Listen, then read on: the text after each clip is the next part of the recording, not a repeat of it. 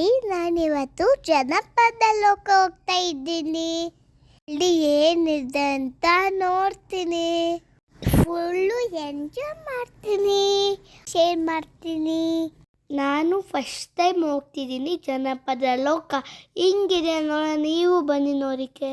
ಜನಪದ ಲೋಕ ಎಲ್ಲಿದೆ ಗೊತ್ತಾ? ಬೆಂಗಳೂರು ಮೈಸೂರು ಹೆದ್ದಾರಿಯಲ್ಲಿದೆ. ಅಂದರೆ ರಾಮನಗರದಿಂದ 4 ಕಿಲೋಮೀಟ್ರ್ ದೂರದಲ್ಲಿದೆ ಜನಪದ ಲೋಕ. ಇಲ್ಲಿ ಎಂಟ್ರಿ ಫೀಸ್ ಬಂದುಬಿಟ್ಟು ದೊಡ್ಡವರಿಗೆ 100 ರುಪೀಸು, ಮಕ್ಕಳಿಗೆ 50 ರೂಪಾಯಿ. ನಾವು ಎಂಟ್ರ್ ಆಗಿದ್ದ ಕೂಡಲೇ ನಮಗೆ ಎದುರು ಕಾಣಿಸೋದೇನು ಗೊತ್ತಾ? ದೊಡ್ಡದಾದ ಮಹಾದ್ವಾರ ಕಾಣಿಸುತ್ತೆ. ಈ ಮಹಾದ್ವಾರದಲ್ಲಿ ದೊಡ್ಡ ದೊಡ್ಡದು ಕೊಂಬು, ಕಹಳೆ, ಅರಿಗೆಗಳಿಂದ ಅಲಂಕೃತವಾಗಿದೆ. ಇಷ್ಟು ಚೆನ್ನಾಗಿದೆ ಅಲ್ಲ ನೋಡೋಕ್ಕೆ. ಇಲ್ಲಿ ಪ್ರತಿ ಭಾನುವಾರ ಜನಪದ ಕುಣಿತ, ಹಾಡು ಮತ್ತು ಮುಂತಾದ ಕಾರ್ಯಕ್ರಮಗಳನ್ನೆಲ್ಲ ಏರ್ಪಡಿಸ್ತಾರೆ. ನಾವು ಹೋದಾಗ ಕೂಡ ದೊಡ್ಡ ದೊಡ್ಡ ಪೈಲ್ವಾನ್ಗಳು ಬಂದಿದ್ದರು. ಅವ್ರದ್ದೆಲ್ಲ ಸಾಹಸಗಳನ್ನ ನಮಗೆ ತೋರಿಸ್ತಾಯಿದ್ರು. ನಾನು ಅದನ್ನು ಮತ್ತೆ ತೋರಿಸ್ತೀನಿ. ಹೌದು, ಜನಪದ ಲೋಕ ಸ್ಥಾಪನೆ ಮಾಡಿದವರು ಯಾರು ಗೊತ್ತಾ? ಅವರು ನಿವೃತ್ತ IAS ಅಧಿಕಾರಿ, ಸಾಹಿತಿ, ಜನಪದ ಬ್ರಹ್ಮ, ದಿವಂಗತ SL ನಾಗೇಗೌಡರು. ಅವ್ರದ್ದು ಕನಸಿದು. ಲೋಕಮಾತಾ ಪ್ರದರ್ಶನಾಲಯದ ಮುಂದೆಯೇ ಜನಪದ ಲೋಕದ ಶಿಲ್ಪಿ ನಾಡೋಜ ದಿವಂಗತ ನಾಗೇಗೌಡರದು ಭವ್ಯ ಮೂರ್ತಿ ನಮ್ಮನ್ನು ಸ್ವಾಗತಿಸ್ತದೆ. ನನಗೆ ತುಂಬ ಶಕ್ತಿ ಆಗ್ತಾ ಇದೆ, ಅದಕ್ಕೆ ಐಸ್ ಕ್ರೀಮ್ ತಿಂತೀನಿ. ನೀವು ಬಂದು ನಾನು ಕೊಡಿಸ್ತೀನಿ. Yummy yummy ice cream. ಅಲ್ಲೇ ಲೋಕಮಾತಾ ವಸ್ತು ಸಂಗ್ರಹಾಲಯ ಇದೆ, ನೋಡಲೇಬೇಕಾದ ಜಾಗ.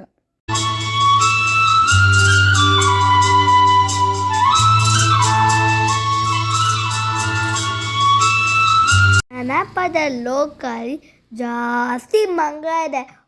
ನಂಗೆ ಫಸ್ಟು ಹೆದರಿಕೆ ಆಯಿತು, ಆದರೆ ನಾನು ಜೈ ಬಜರಂಗಿ ಹೇಳಿ ಮುಂದೆ ಹೋದೆ.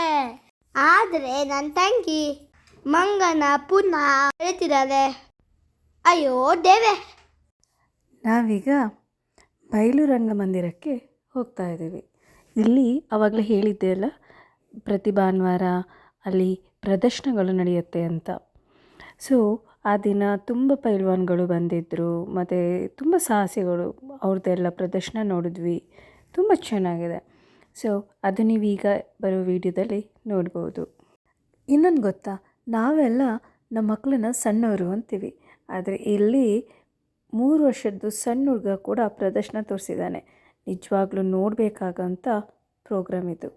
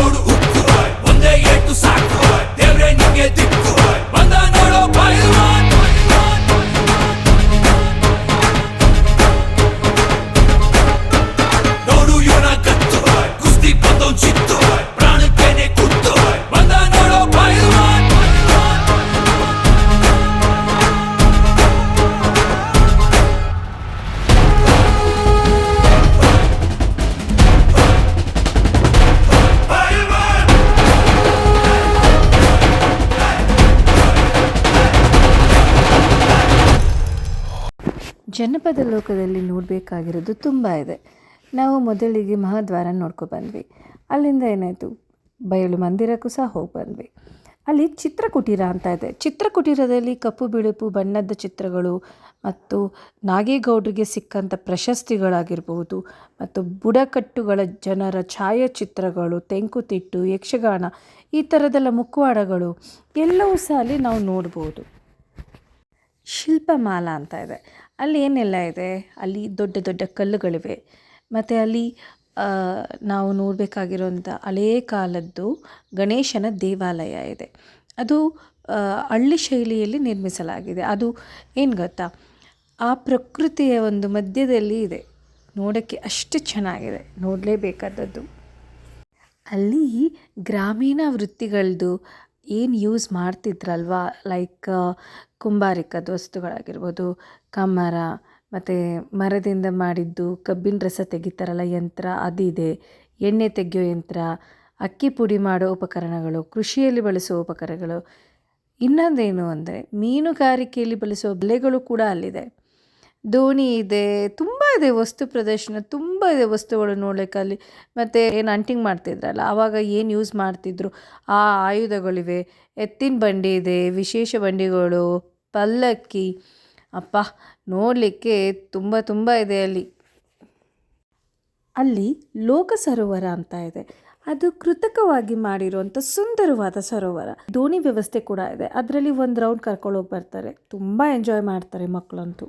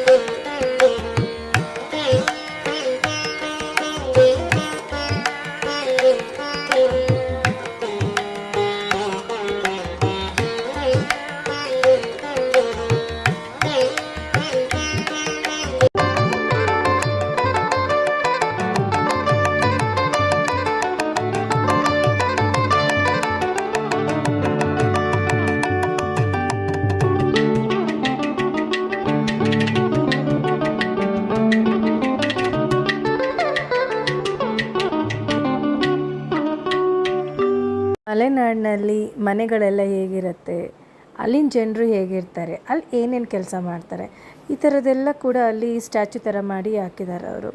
ತುಂಬ ಚೆನ್ನಾಗಿದೆ.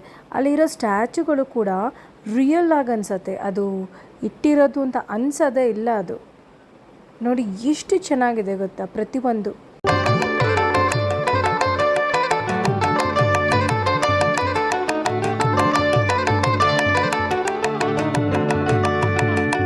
ಮುಂದೆ ಹೋದರೆ ಗಿರಿಜನ ಲೋಕ ಇದೆ, ಟ್ರೈಬಲ್ ವಿಲೇಜ್. ಟ್ರೈಬಲ್ ವಿಲೇಜ್ ಅಂದರೆ ಎಲ್ರಿಗೂ ಗೊತ್ತು, ಆದರೆ ನಮ್ಮ ಮಕ್ಕಳುಗಳಿಗೆ ಗೊತ್ತಿಲ್ಲ. ಸೊ ಅಲ್ಲಿ ಕ್ಲೀನಾಗಿ ನೋಡ್ಬೋದು ಅವ್ರ ವೇಷಭೂಷಣಗಳು, ಅವರ ಮನೆಗಳು ಹೆಂಗಿರತ್ತೆ, ಅದು ಇದು ಅಂತ ಎಲ್ಲ ಕ್ಲೀನಾಗಿ ತೋರಿಸಿದ್ದಾರೆ. ಸೊ ಮಕ್ಳಿಗಂತೂ ತುಂಬ ಖುಷಿಯಾಯಿತು ನಿಜವಾಗ್ಲೂ. ಹೆಂಗೆ ಮಾಡಿದ್ದಾರೆ ಅಂದರೆ ಅಲ್ಲೇ ನಾವೇ ಹೋಗಿ ಅಲ್ಲಿ ಸ್ಟೇ ಮಾಡಿಬಿಡೋಣ ಅನ್ನೋಷ್ಟು ಖುಷಿ ಆಗುತ್ತೆ. ಒಳಗಡೆ ಅಂತೂ ಅಷ್ಟೇ ಅದ್ಭುತವಾಗಿದೆ. ಈ ಆನೆ ಕೂಡ ರಿಯಲಿಸ್ಟಿಕ್ ಆಗಿದೆ. ಆ ಮಾವುತ ಅಂತೆ, ಯಪ್ಪ ಯಾರಪ್ಪ ಇದು ಮಾಡಿದವ್ರು ಇಷ್ಟು ಚೆನ್ನಾಗಿ ಕೆಲಸನ.